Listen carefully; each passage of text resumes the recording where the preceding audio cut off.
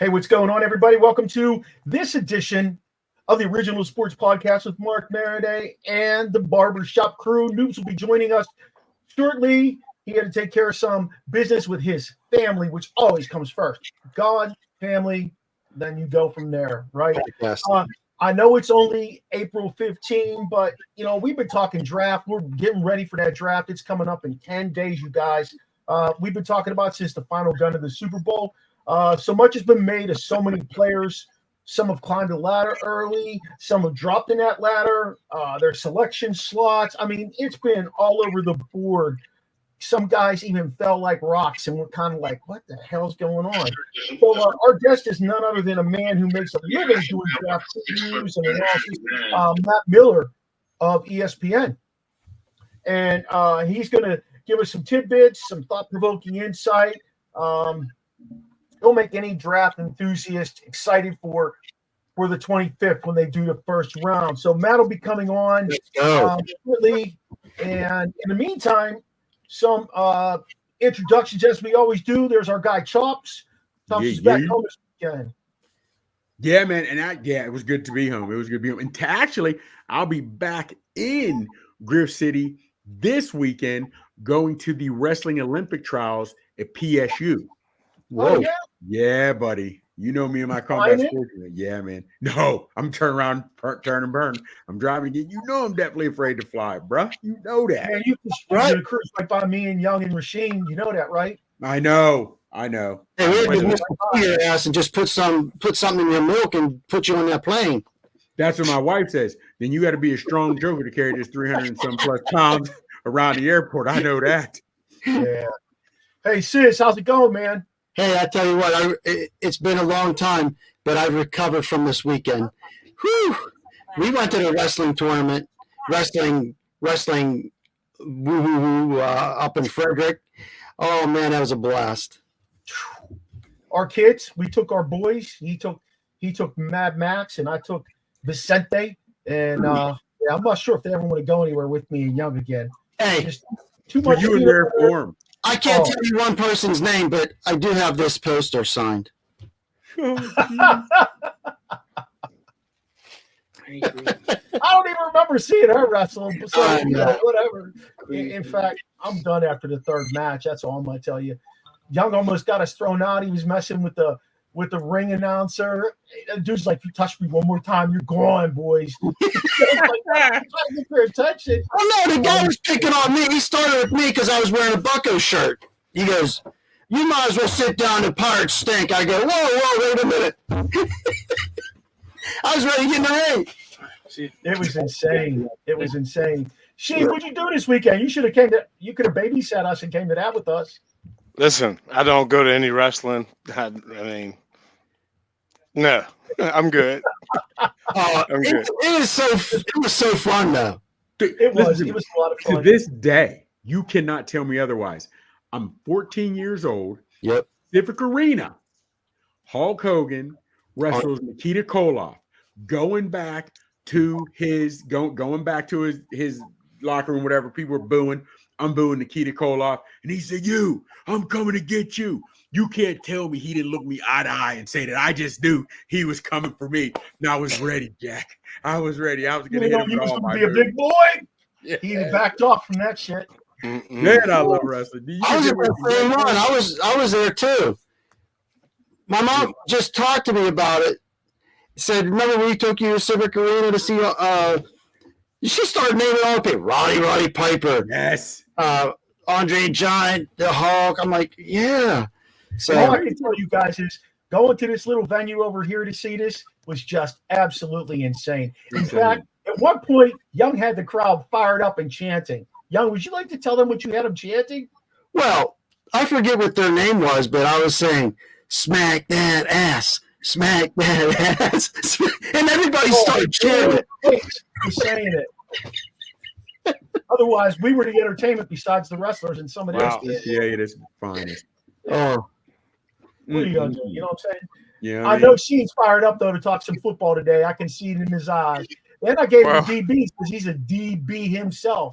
Oh, but I have some questions for this guy too. I need to know What's his degree in, and how did he get this job? That's all I want to know. Oh, go ahead, ask him. I don't care. Care. Yeah, we get him for about 15, 20 minutes.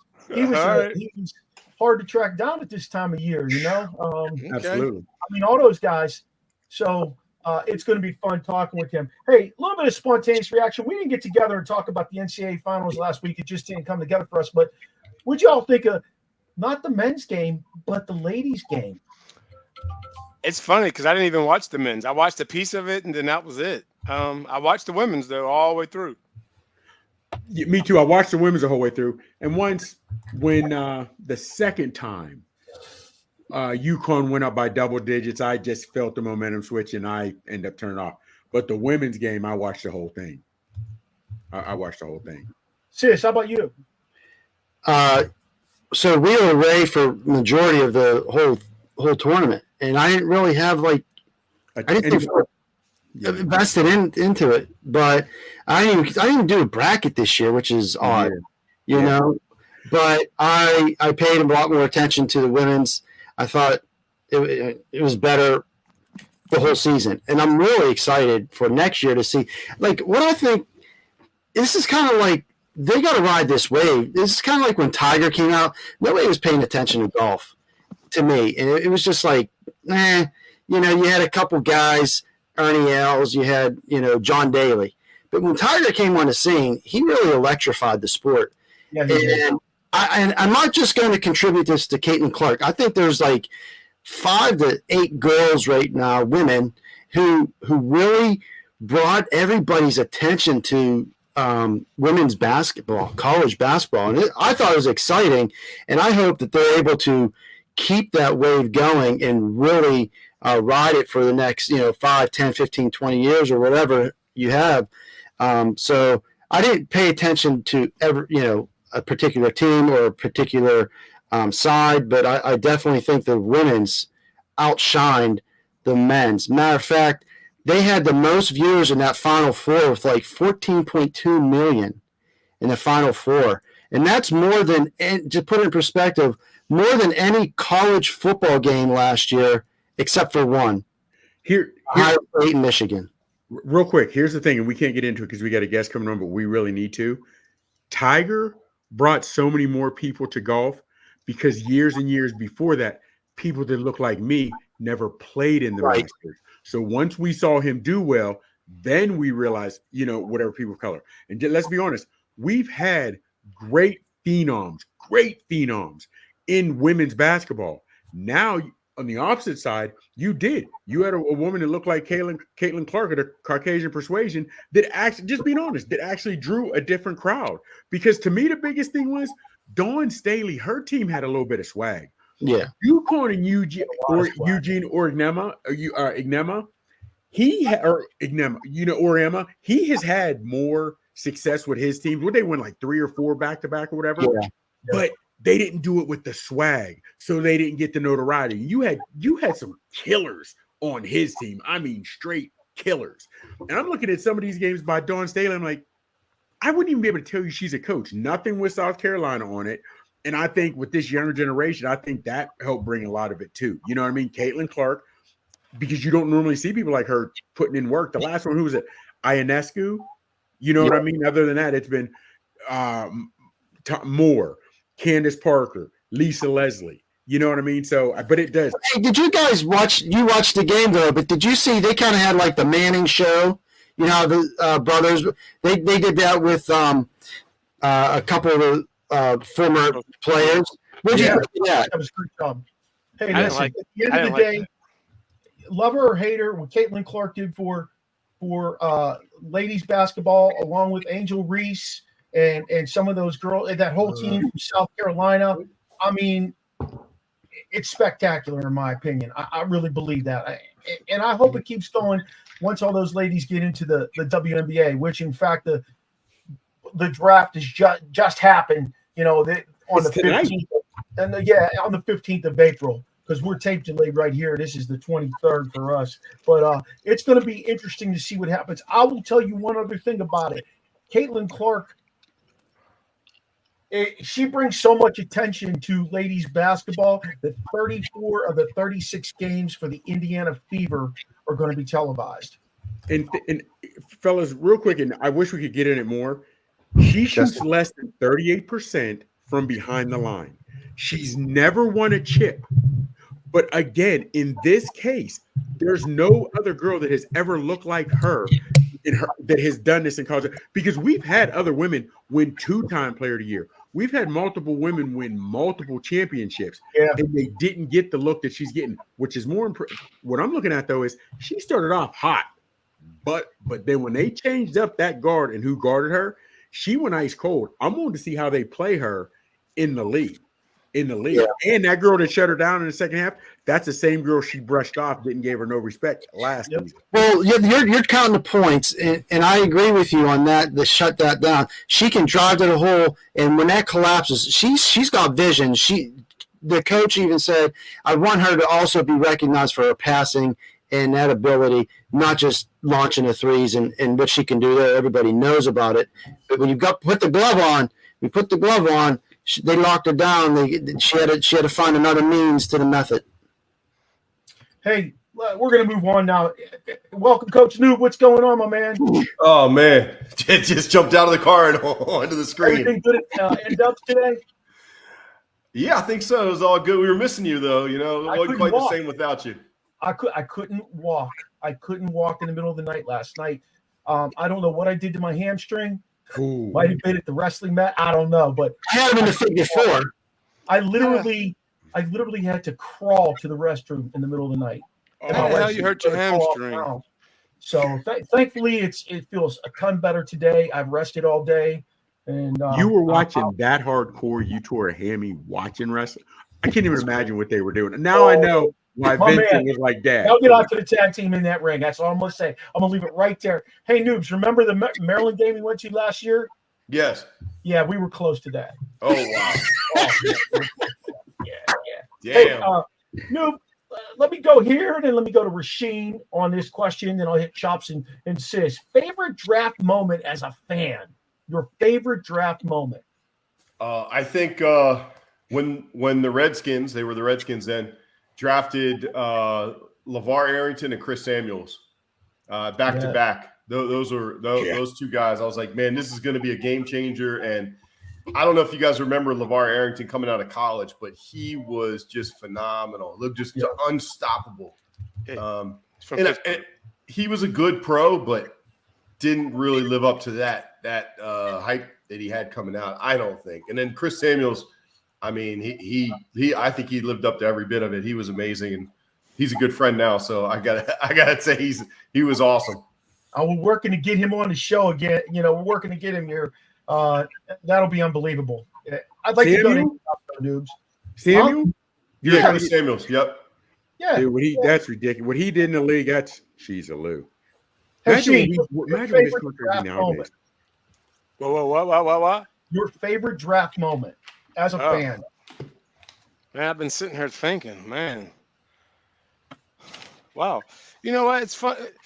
Probably taking Ben Roethlisberger and saying to myself, who the hell is Ben Roethlisberger?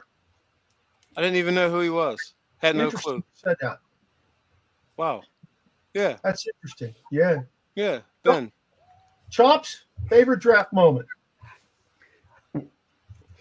When the Vikings missed their 15-minute slot. That's the one that really.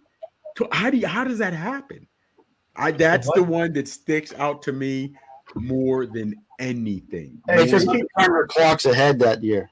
Keep in mind, the Vikings used to be good back in the day, and they haven't been much since. Sis, your favorite draft moment? Favorite draft moment was when I switched from Miller Lite to IPAs. Oh. What? I don't know. I like when Goodell, he comes out and they boo his ass. I like that he gets these people involved. He's trying something different. It's pretty cool. Seeing, if I was a fan and they pulled me out of the crowd or, whatever arrangement they make, I think that's pretty neat. Get to expand the brand. Well, first of all, they couldn't pull you out the crowd because you'd be drinking and you'd say something crazy. Wrong. Either wrong team or wrong player. The Steelers take Manute Bowl. For coach, like to thank a coach that's no longer with that said organization. Yeah. Hey, I kind of have two of them.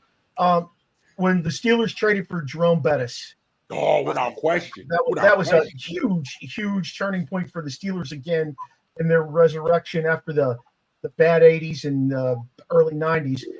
And then the other one was when they did the draft online during COVID. I really enjoyed that. I thought that was a pretty good thing. Oh, it's from Goodell's basement. Yeah. You know, I really liked that, especially when Vrabel, they showed somebody shitting in the bathroom. Yeah. Oh man. Hey, I'm gonna ask you one question, and I want a one-word answer, and then I'm gonna get us ready for Matt. What captivates you about the NFL draft? I'm gonna go backwards here. Sis, what captivates you about the NFL draft? Fans. Chops? The commentary, how right or how wrong were they? Okay. Sheen? Unknown. The unknown. Good one. Puka Nakua. Noobs? Potential Guys coming out. Yeah, that's good. I probably, for me, what captivates me most is just like watching dudes like tear up when they get drafted and hug their mom or their parents or whoever. You said one word, so that's emotion. Emotion. Okay. It's the emotion. Pick your top 4 guys. He gives us 6 or 8. Exactly. I'm Italian. I can't speak with one word. And I also usually let my hands fly everywhere. Yeah. Hey, I'm going to set this up because Matt's supposed to be joining us shortly. He's an NFL draft analyst, Matt Miller. He joined ESPN in 2021 as a draft contributor before returning as an analyst in 2022. In April of 23, Miller made his on-air NFL draft debut during day 3 of the 23 NFL draft in KC when he joined ESPN's broadcast for rounds 4 through 7. Over a decade of experience covering the NFL draft, Miller appears across ESPN platforms on NFL Live, SportsCenter, Get Up, NFL Draft, and mock draft specials. He's also got some ESPN Plus exclusive programs, including numerous mock drafts and scouting reports. He's on ESPN Radio. Before joining ESPN, Miller was Bleacher Report's lead NFL draft writer from 2010 to 2021, where he contributed mock drafts, scouting reports, in-depth stories, and he became the most read author in the history of that website, ironically. Prior to Bleacher Report, Miller worked as a director of scouting for New Era Scouting from 06 to 10 and a coach recruiting coordinator for the CFL's Joplin Crusaders from 06 to 08. So I'm really pumped up to talk with Matt. I'm sure it'll take him a few minutes to get himself squared away and jump on here with us. Any thoughts about, what we really should expect when this thing starts on Thursday? Is, in your opinion, is Caleb Williams going to be that first guy off the board, or the Bears going to kind of squander off of it? Oh, there he is. Hey, what's going on, Matt? I just did your introduction. Thanks for joining us. We really appreciate it. My name's Mark Maradei, and this is my Barbershop crew: Rashene the Dream, T-Sizz, Chops, and Coach Noob. Man, how you doing? Appreciate you guys having me on. Thanks so much. We're excited to have you. It's an honor to have you. Right into this because I know your time is precious, my friend. Your thoughts on these guys right away, not joining in on the combine or doing any of that pro day stuff. How's the impact on that? Yeah, I think, for every player it's different. If you're Marvin Harrison Jr. or Caleb Williams, it's a little bit easier to say, look at what I did over the past 2 to 3 years of college football, and you're going to kind of stand on those accomplishments. I think for other players, if you're Malachi Corley and you missed the combine, that's going to have a bigger impact. You're a player coming out of Western Kentucky. That's a bigger opportunity that you missed. Obviously, there are things like the Senior Bowl, your pro day where you can make up some ground. But, I think it would be unfair to say, oh, this affects every player the same way, because it really doesn't. When I talked to Marvin Harrison Jr. and his dad at his pro day, they said, we talked to 9 NFL teams and asked them, hey, if he doesn't do anything at the pro day, is that going to be a problem? every team said no, that they were good with the way they were handling things pre-draft. So I really do think it's just every player is a unique situation, and it affects them all differently.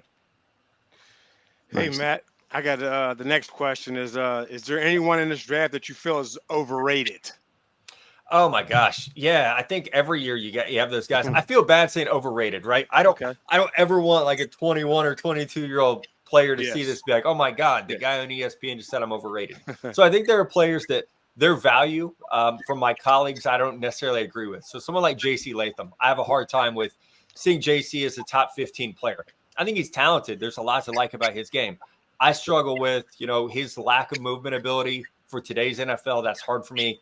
18 penalties last year. That is we're talking about a ton of penalties in college for holding. That's where I get concerned for a player like that. So I don't have JJ McCarthy rated as a top 6 pick. Do I think he'll be selected up there? Absolutely, I do. And there might be a situation where he can have success and overplay that ranking because the situation he's put into. But those are a couple of guys when I look at where I have a player ranked versus where I think they're going to get drafted that kind of stand out to me. Thank you. Matt, next question. How much does questionable character come into play in the early rounds drafts? It does. I mean, again, it's like the first question, guys. Every team is different. There have been players over my 13 years of doing this where I've heard every team has this player off the board except for one. And there was an instance, I think it was the 2019 or 2020 draft. I knew of a player that 31 teams had him off their board. The one team that didn't drafted him in the middle rounds. And so it was like, there could be a situation where 31 teams might say, nope, we are not dealing with that. But it only takes one to say, no, like we feel like we have the right support system for that player, or we have the right infrastructure, we have the right leadership in our locker room to take on a player like that. So it certainly factors in. A lot of times, I'm in a situation where I'll hear about, off-field issues for players, but I'm not going to report those because it might take one team. There have been instances of players in the top 10 who you can come out and say, this player has XYZ off the field. Teams don't like them, but one team does, and they're still going to get drafted in the top 10 because of it. So you put that out there. Like Jalen Carter last year would be a good example of this. That's a well-known situation, so we can talk about it. Jalen Carter, his off-field issues were well-known and publicized, and a lot of teams weren't comfortable with that. Obviously, the Philadelphia Eagles were, so they still drafted him at number 9 overall. So, to go out there and say, oh my gosh, this player has off-field issues, they can still get drafted really early because of it. I got you. And real quick, man, we know the top quarterbacks. What are your top 5, and how do you have them going? Yeah, so I have Caleb Williams number 1 pretty firmly. I have Jaden Daniels number 2, and I think they will be the first 2 picks in the draft.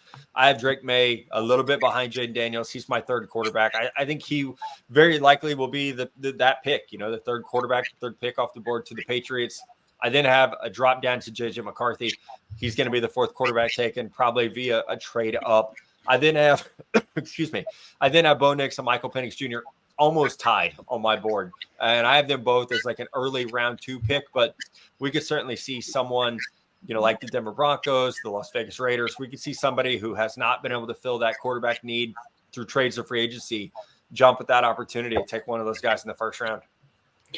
So a lot of those guys, everyone knows notoriety, recognition. We know they're probably going to go somewhere in the 1st round. Who are some of your sleepers that aren't getting much of that attention, Matt? Yeah, I just ranked 475 players, so I have a lot of sleepers in this class. So it's like we spend a lot of time on that. I'll try to think of just some favorites. I'm still an Audric Estime fan, the running back from Notre Dame. I know he didn't test well, but I loved him when he was playing football. And a lot of times, this is where I try to go back to mentally this time of year. Who did I like watching as a football player? I like Audric Estime. I like Jalen McMillan, the slot receiver from Washington. I like Tip Ryman, the tight end from Illinois. Those are 3 guys that are, whether it be for fantasy purposes, those are 3 players I really like that most likely won't be drafted in the first 3 rounds. McMillan probably has a shot to be a 3rd round pick, but those are guys I would be comfortable putting my name on as those are my dudes that I think will outplay their draft stock. So you think there'll be impact players like Puka Nacua was this year? I mean, yeah, Puka, we knew that he was a perfect fit. One of my favorite things that I get to do right after the draft is I write this article. It's my 100 favorite picks. And it gives me that room to say, this player is now in this situation. They're gonna outplay like my ranking, or even they're gonna outplay the round or the pick they were drafted in because the situation and because the fit is so good. So yeah, I think those are all three guys I could see going to a spot. Like if Audric Estime goes to the Cowboys, like that'll be one of my top 10 or 15 favorite picks in the draft, because the need and you understand how well he's going to fit there. Awesome. All right, Matt, if you had to pick just one guy to be the most impactful defensive player this year, who do you think it'll be? Which rookie? I'll go Dallas Turner, and that might be cheating because I think he'll be the first one off the board. But I say that because I do think there's a strong chance he's an Atlanta Falcon in about 10 days. And there's such a great opportunity for him to step into that defense and be their number one pass rusher. They need it. They need it badly. Raheem Morris, the way that he's going to scheme up the pass rush, Turner is an ideal fit with his first step speed, with his length. So I'll go with maybe the easy answer, the obvious answer, but it's one I absolutely believe in. I got you. Real quick, you had mentioned possibly a trade, Jay McCarthy being. Do you know of any whispers right now of people trading, or is it still all hush hush? Or do you? I think it's too early. Yeah, I think it's too early. And here's the reason being: like, teams are going to call and try to set up some of those parameters of a trade up, but you can't do that until you know who's on the board. So let's say it goes Caleb Williams, Jaden Daniels, Drake May, kind of like we expect. Then I think we would see teams like Minnesota and Denver try to be aggressive to move up to get a JJ McCarthy, but that you can't really do that until you're on the clock. So, you're probably calling Arizona and the Chargers right now to say, hey, if there's a quarterback that we like on the board, what does this look like? What's it going to cost us to do something like that? But that's a trade you really, truly can't make until 4 or 5 are actually on the board. I got you. And real quick, you can help me because these guys love the draft. I don't understand it, and here's why. I don't understand how a guy's stock can rise or fall after you're done playing. And also like pro day. If you're a quarterback, you know the routes, nobody guarding your guy you're throwing to, complete silence, no pads, nobody defending you. If you have a bad pro day, that should be unspeakable. I mean, I don't get why they put so much stock. You're 21, 22 years old. We know you have the arm strength to make every throw. I just don't understand why so much is we're going to his pro day and he made every throw.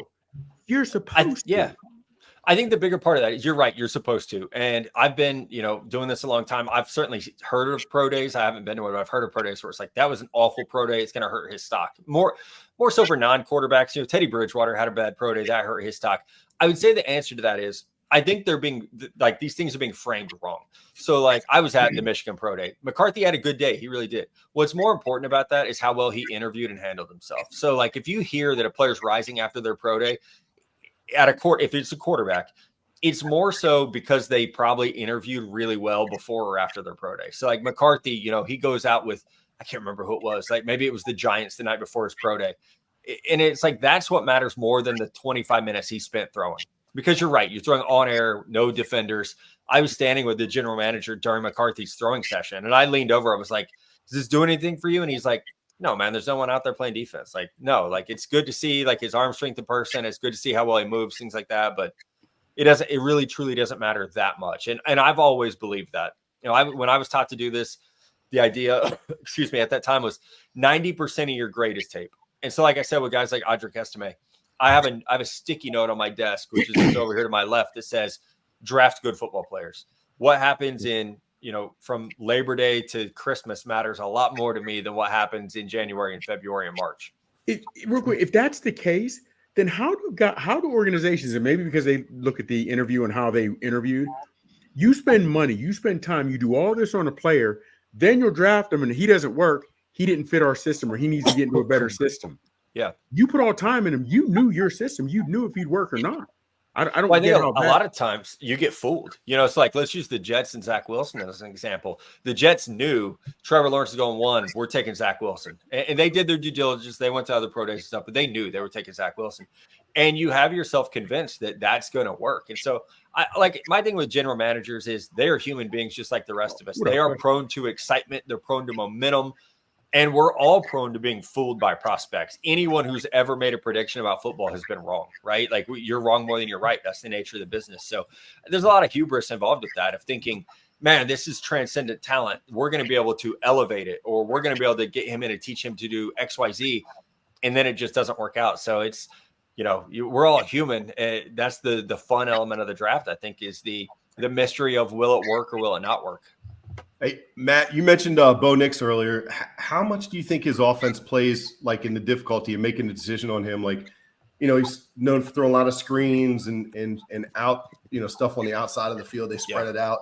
What do you think it's more difficult to assess a guy like him rather than a JJ McCarthy who's running a pro style offense? I do think it's harder. The thing that helps Bo is he's played 61 games in college. So like you can find it, if you're looking for certain throws, you can find those. And that is where things like the pro day actually can be beneficial because you can work him out privately. Like the pro day workout, the scripted is one thing, but you can, and let me back up. A lot of times quarterbacks know. So I talked to JJ about this. He knew what types of throws NFL teams wanted to see and scripted his pro day to do that. And I'm sure Bo Nix did the same thing of, let me show some drive throws. Let me show some deep outs, the things that aren't the layups that some of that Oregon offense had. So you can script that in, but then you're also going to get that in your private workouts with those teams. So in things like the Senior Bowl, if you're a quarterback at the Senior Bowl, you're throwing an NFL ball like to guys you've never thrown to before. It is the ultimate uncomfortable situation, and you get to see how well a player handles that. So, but I do think that makes the evaluation a little bit harder, especially because you see the success rate with Nix, like hyper focusing on Bo Nix. We saw him struggle at Auburn, and then he goes to Oregon and he has this immediate success. You want to give him credit for changing his game, but you also have to factor in how much the scheme changed. And was that a part of it? Like, okay, he's throwing some layups now. It's a lot, like you said, it's a lot of screens or goes. Those are easier reads. You're winning with better athletes. Like how much of that factors in? So, if I were a team in the first round, I would be nervous about that. And I think if you draft Bo Nix, you have to say, okay, how do we incorporate this into our offense? Because this is what he's comfortable with. Hey, Matt, let me ask you this question. How, like I know you said Bo Nix played in 61 college games. Kenny Pickett also played a boatload of games. Is that impactful, though? Because those guys are a little bit older, and we all saw what happened with Pickett. Now, there's a whole lot of factors that go into play with Pickett between his offensive coordinator, the approach the Steelers took with him. But how impactful is that, especially like with Penix, too? Yeah, it helps. I think it just helps answer questions. Like I always tell people, evaluating prospects is like taking 1,000-piece puzzle and dumping it on your desk upside down. And so every game a player plays is a chance to turn one of those pieces over. Or just like the Senior Bowl, that's a piece. The Combine's a piece. The Pro Day's a piece. Every element of the pre-draft process is being able to turn over more of those pieces. So the more games you've played, the easier it is for me and NFL teams to evaluate you. So it doesn't necessarily mean like, oh my God, this guy played 61 games in college, he's going to be good in the NFL. No, it just means like we should have a better understanding of who he is as a prospect. And I think a lot of people would admit to you now, no one and I liked Kenny Pickett in college. I thought he was a fun player. He's doing the fake slide and stuff like that. Like he was a fun player. I don't think anyone thought like this dude's a franchise quarterback that's going to completely come in and change his situation. Like that was not the grade anyone had on him. He was elevated to the first round because you knew this is a bad quarterback class. Someone's going to take one early. It's going to be Pickett over some of the other guys. Like that was more of the situation with him. So the games matter, like having those starts. And I've even heard people say it with McCarthy. He started 28 games in college. He lost one. And so we all sit here and we're like, oh, quarterback wins. That's not a real thing. It is to NFL teams, especially at the college level. Is there any way you could see Harbaugh go ahead and move his quarterback and for the Chargers now and pick up McCarthy instead? I don't think so. I think if that were the case, Jim would have gone somewhere else to where it was more feasible. Yeah. Justin Herbert, like the dead cap money would be astronomical to do it. So it's fun to do that with Harbaugh and think this guy's he's crazy. He's going to do whatever. I think Harbaugh took the Chargers job because of Justin Herbert, knowing that he has the hardest part of team building solved with the quarterback. You got a lot of Herbert fans here. We love the way he plays the game. Yeah. Very underrated. He's going to have to build new receivers this year because they moved everything from the guy. Yeah. Hey, man, real quick. They have the capital to do it, thankfully. Yeah. In years past, I remember with Chris Winkie years ago, like they say, well, he's older coming into the league. And sometimes that was a bad check. But seeing the rules have changed, you can't hit the quarterback, and quarterbacks are playing until they're older. Someone like Michael Penix, who's a little older, does age steal a factor on if they will draft a guy he's already too old or he could be too old by the end of his rookie contract?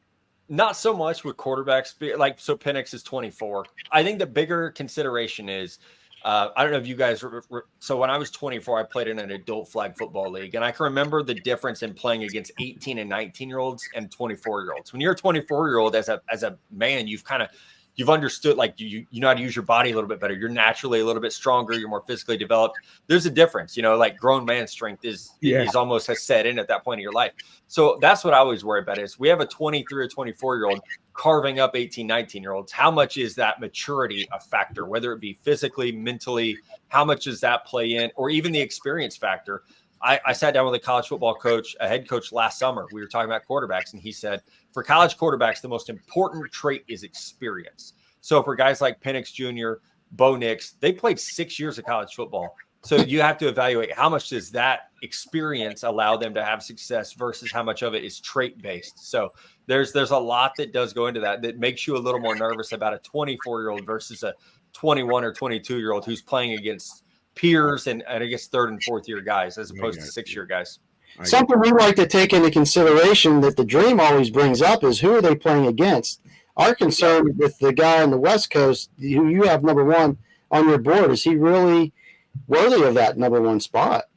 Well, with Caleb Williams, I think, we've seen Caleb play, in the Big 12, in the Pac-12. The other thing is like the Pac-12 is a little bit different now. Like Washington was in the college football championship.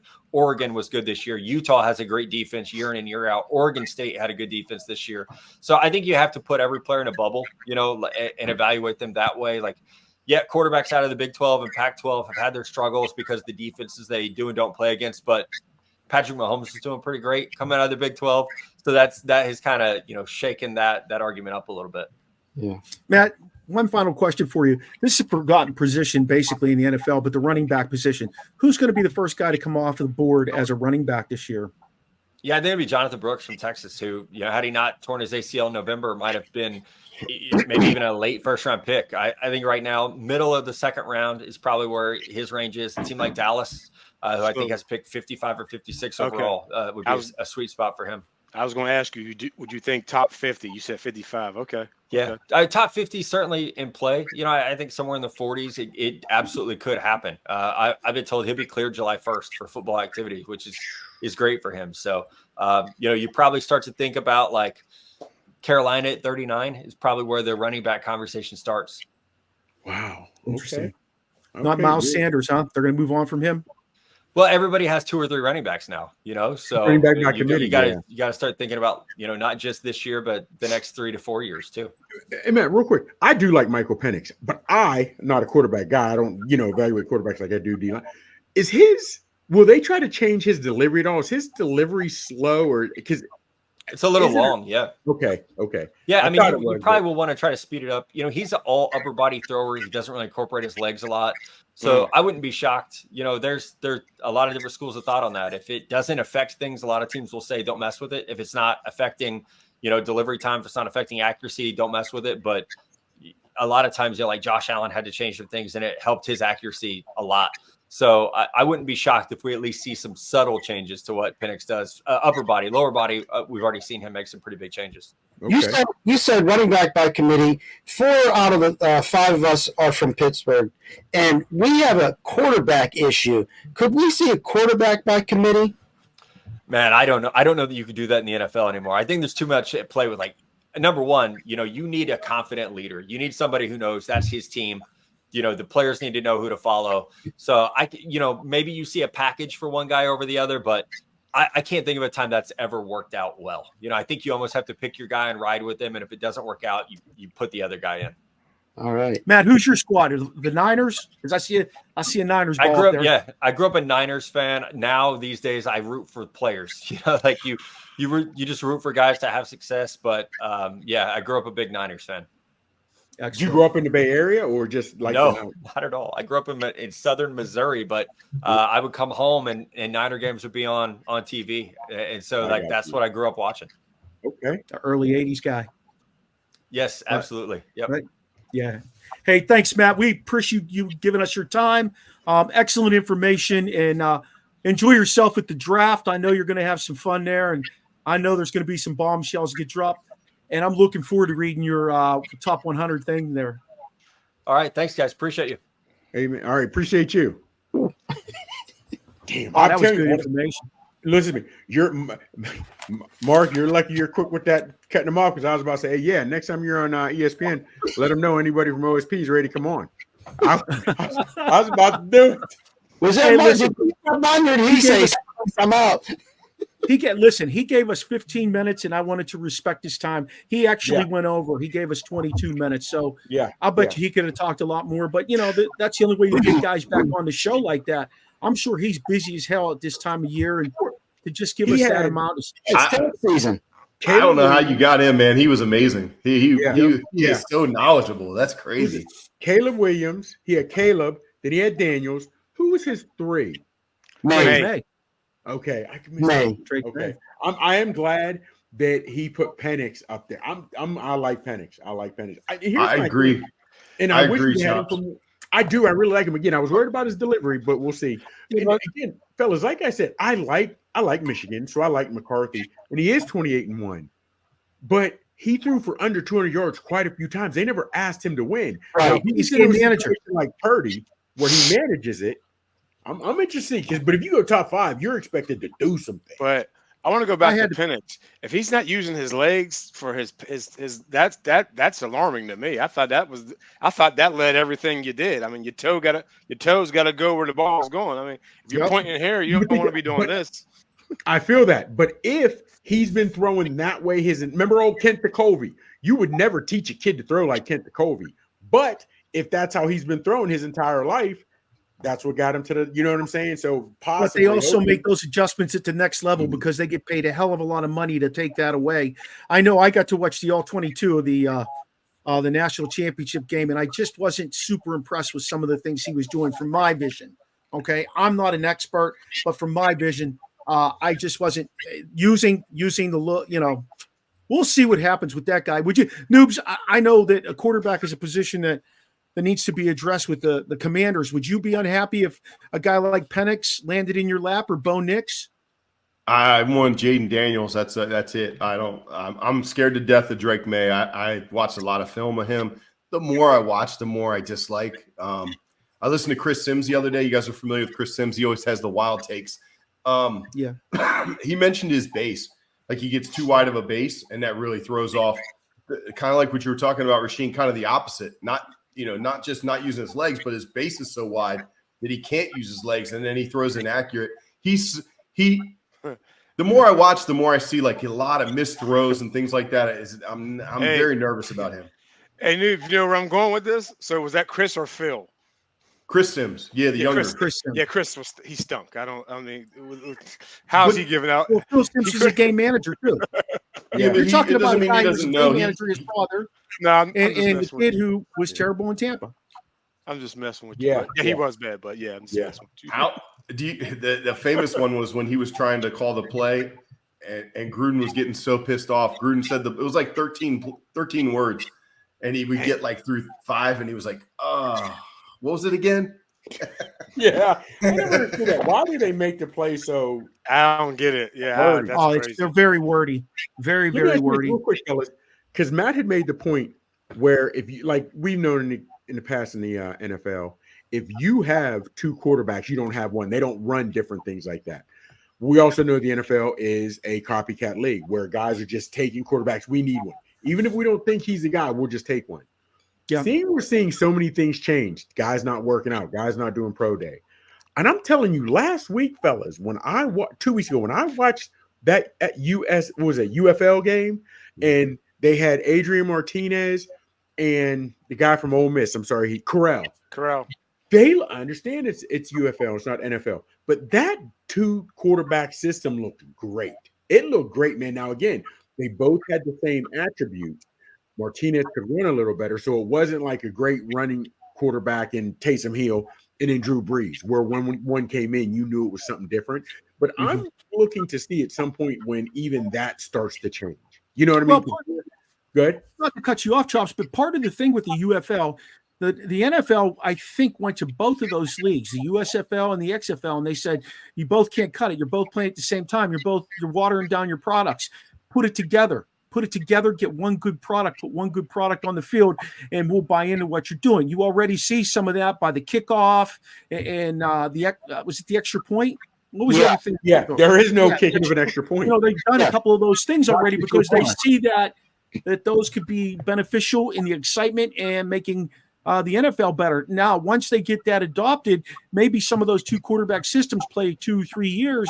Maybe you'll see some transition with some of these guys who are coming out of college into a 2 quarterback system. That will really be interesting because right now we did not see that with running backs. Now all of a sudden we've got 2 and 3 backs that rotate through on a regular basis. Is that going to be the next wave that comes through? Is that the future of the NFL? Because we see the highly productive level at the UFL. And don't forget, they can also pull those guys from the UFL to the NFL now and implement that stuff because they've already got some experience with it.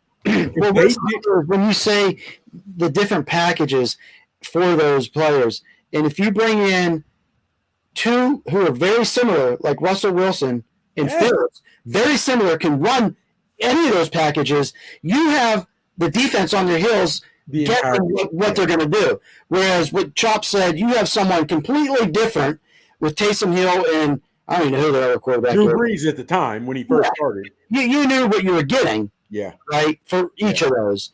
I think this would put them guessing. The defense would have to guess if you had a package for Fields and Wilson.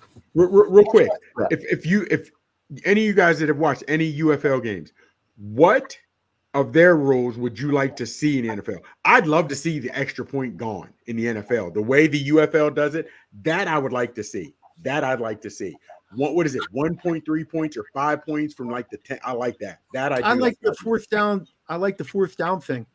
I like the transparency and the way they call the penalties. I love that you can hear what they're calling, who they're calling it on, and they call it from the top. I love that part of it. What are you saying is the fourth down thing? What is it, Noobs? It's if you want to go for it on fourth down, it's 4th and 20 or to get the ball back, like an onside instead of the onside kick. Yeah. So DC just did it. DC just did it this weekend. So it's like 4th and 20. You got to get a first down. If you get a first down, you just keep going from there. You get a first down from that. You get an automatic first score. down and you keep the ball. If you score a touchdown, you score. Okay. You have to get 20 yards to maintain possession. I don't know if you saw the text in the group. 5. Say it's 4th and 5. You have to go 4th and 20? No, after you score a touchdown. So they just scored a touchdown. Oh, gotcha. Okay. After a touchdown. Yeah. Okay. Oh, that's pretty good. So that replaces the onside kick, the 4th and 20. So yes. Yeah. So where's it? So you get it on the 25-yard line, don't you? Yeah, you're on 25. And if you don't make it, then the other team has the ball there. Yeah, that would be interesting. I do like the extra point thing, though. You can go for 1, 2, or 3. I do think that's pretty interesting to watch happen. Yeah. I think there are some pretty good rules. Noobs texted us all in the group. The defenders were down by 10 with a minute to go and ended up winning the game. Yeah, how about overtime, too? I think they got to revisit the overtime rules. I don't like the NFL overtime. I don't either. I think they got to slug it out. Let them slug it out like college does. From the 35. Yeah, just let them each team gets a chance. I agree. I think college is so much more captivating. Like watching that. Absolutely. And after what is it? Is it start of the second overtime you have to go for 2 or after the second overtime in college? I think you have to go for 2, but I don't know if it's after the 2. second one. It's after. I think it's after the second one. Yeah. College is so much more intense. So the other thing, along with the penalty calls, but they reviewed a touchdown without anybody having to make a, I don't know, throw out the red flag or whatever. Right, yeah. They didn't have to contest it. They just looked at it and they did it really quick.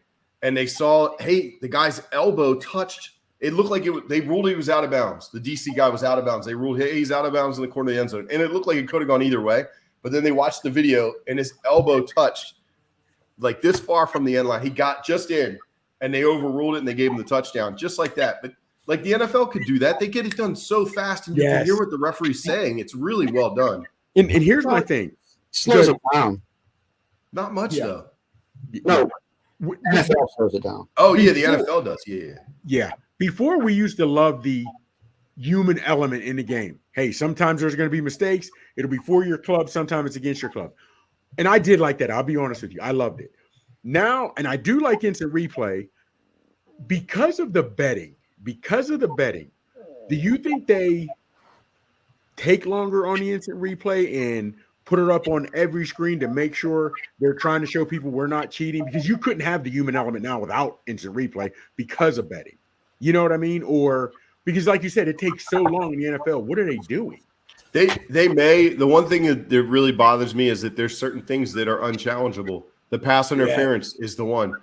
Offense or defensive pass interference, you can't challenge that. And so if they get the call wrong, it doesn't matter. Like it's over. So that's the one. If you watch too, that's the one that's always decides the game. Late in the game, you'll see a defensive pass interference, like where you're like, he never could have caught the ball, or whatever. Yeah. You watch the UFL, they talk you through the play. They do such a good job. I think you really got to look at it. It's very interesting. My wife pointed that out. She said, "Why can't you challenge up? You could challenge this play." That was pretty cool. I think one of the things, though, that we've had a discussion about was the gambling part of it and how we're very skeptical of certain calls. The UFL is so much more transparent with the things they have going on that inevitably I think people are going to buy into it if they're true football fans. Until the NFL starts becoming more transparent, there's always going to be that giant question mark over their organization. Mark, and you said a huge quote right there. If they're true football fans. But even as we see in the NFL, they're doing a lot more to try to get the average just more eyes on it. Like as much as they showed what's Kelsey's girlfriend's name, true football fans don't care about that. So now let me ask you guys this real quick. How many of these new rules that we're seeing in the UFL do you think came from the UFL, or do you think it was the NFL, but they were always afraid to try because they didn't think their fans would like it? Because to be honest with you, I love these rules, and if the UFL, XFL, USFL had already known and thought about this, why didn't they try any of these before? You know what I mean? I'd like to know where these rules come from. Well, I think part of that, Mikey, is the fact that they want to get people interested in the game by doing some new and creative things. And the NFL banks on people loving their teams and buying their gear and sticking with the same old. Whereas the UFL is like, no, we got to get a fan base. So we need to change this up and get away from what the NFL does to a certain degree. Maybe more so you'll see that type of thing happening as we go down the road and they build up some strength between the organizations. But at this point, I think the UFL probably has a board of governors who sits down with the all that stuff and they come up with what they want to do to get people entranced in it. I mean, I enjoy it. Me too, without question. Yeah, and I think the NFL has a hard time just switching those rules because of history and tradition, and them just saying, "Oh, we're going to do it this way." But then when they see someone else is experimenting with it, and it's working, and people like it, and they're getting that feedback, they're a little bit more apt to then test in the waters. But I think Chops is onto it though with the betting. I think I don't know if they could change to make it transparent where you could really see and hear what the refs are saying when there's so much on the line. What do you think, Chops? Then not even again, Noobs, think about this. You said it like just matter of fact, and I know I'm agreeing with you, and that even more states to the fact how much betting money is on this that they don't feel they can even be truly transparent. You know what I mean? That to me speaks volumes. And that right now, I'm assuming you can bet on anything. So maybe there is money on the XFL or the UFL games, but not NFL money. I'd be really interested to see if they would get transparent. Full transparency? Think about it. You got the guys up in the box calling plays. You're going to be betting on the plays? Oh, man. Fellas, if you think about it, the injury report, like you said, Mark, I love the NHL injury report, upper body, lower body. That's all you get. Where in the NFL, that's all you need. It's not for us. When they release that injury report in the NFL, that is for bettors. Because if you're a coach, you don't want your opponent to know if your star player is playing what's wrong. That's for bettors. Well, let's face it. The NHL is never going to get to the degree of what it should get to because it's fast and it's physical. It's never going to get to that degree because people can't bet on it. It's not a sound bet. You just can't bet on it. You got struggling teams that beat top flight teams all the time in the NHL. There's so much parity for the most part, and the money aspect of it. I mean, their salary cap is a pittance compared to the salary cap for the NHL is about 80. I think it's going to jump to 86 this year. I think. I'm not 100% sure. It's 82 for this season. Next season, I think it jumps to 86. But, those bottom tier guys on the 24-man, 26-man roster, depending if they're expanding to, those guys are only making a pittance, $750, $1 million bucks. And there's just nowhere to go. Think about this. The best guy in hockey is Connor McDavid, technically. But you've got Kucherov, you've got Nate McKinnon, and you've got a guy like Sidney Crosby. Those guys make under $15 million bucks a year. Under 50. Sidney Crosby has taken $8.7 million a year his entire career since contract 2. All right, felt real quick. Perspective, real quick, Chops, is $87 million is the NHL cap next year. You know what the NFL is? 250. Yeah, 255. Yeah. But they have a lot more players too, though. Yeah. And real quick, Mark. They don't play as many games. True. That is true. Mark, harder thing to do, real quick. Catch a fastball, major league player to the catcher, major league pitcher to catcher, or a one-time for a goalie from the blue line, or hitting a fastball from a pitcher, or timing to hit a one-time. Like if you're from, you know what I'm saying? I think hitting a fastball that's coming at you 100 miles an hour has got to be number one at the top of the chart. Yep. I mean, you got to see that ball leaving a guy's hand. You've got to focus on that ball leaving his hand. You got to determine what the spin ratio is on that ball, how it's going to break, if it's going to break at all, or is he just going to blow it by you? Then you've got to also determine the strike zone based on these umpires, because some guys call them low, some guys call them high. I got you that. I got you. But also you're, say, 20, 30 feet, whatever it may be, and you're getting an assist, so to speak, from your center, guard, whatever, and you're on the wing, and you got to time this one time right also. That with your puck. You're sticking it in the puck. Now, I know that fast pitch is hard. That puck is moving, Jack. But go ahead real quick. Go ahead, Noobs. I was going to say, if you gave all five of us, 20 chances to hit a 98-mile-an-hour fastball, 0 of us would make contact. If you gave us the same 20 chances, I guarantee you I could get a goddamn stick and hit a puck. Guarantee you I could get close to the net. I'm not talking about a one-time where the puck is sitting. He's saying the goalie. No. Making the two scenarios. One was the pass, and you gotta pass. It's coming. You gotta time the pass. You gotta time that pass with the puck. I think a one-timer. The Dream, T-Sizz. I think Maradei. I think what Noobs was saying, the one-timers in my opinion would be the easiest, because aren't they hitting you on they're hitting you on the stick, right, Mark? Yeah. Because they're good passers. Most of them. I mean, if you get a pass from Gretzky, Lemieux, it's already hitting your stick. You just boom, you hitting it. You're trying to get it. I don't know. Then stopping that one-timer, I think one of us would get lucky.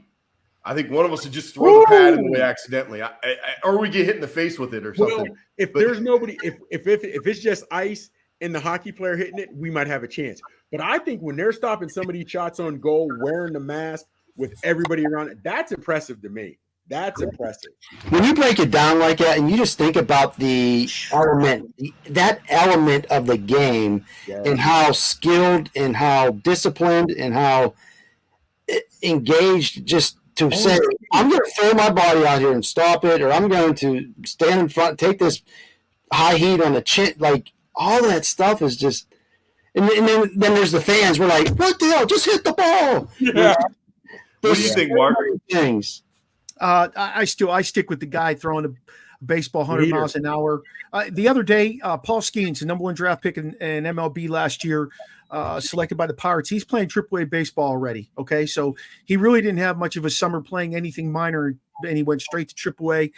His first 9 batters he faced, one guy dribbled one, he got them out. The other 8 he struck out. He averages close to 100 miles an hour per pitch. Close to 100 miles an hour. So you guys, Chops gave us limited options. How about taking one off the top rope from this? Did she sign that for you? Hey, they're about to get a restraining No, order. against my you. boy bought that.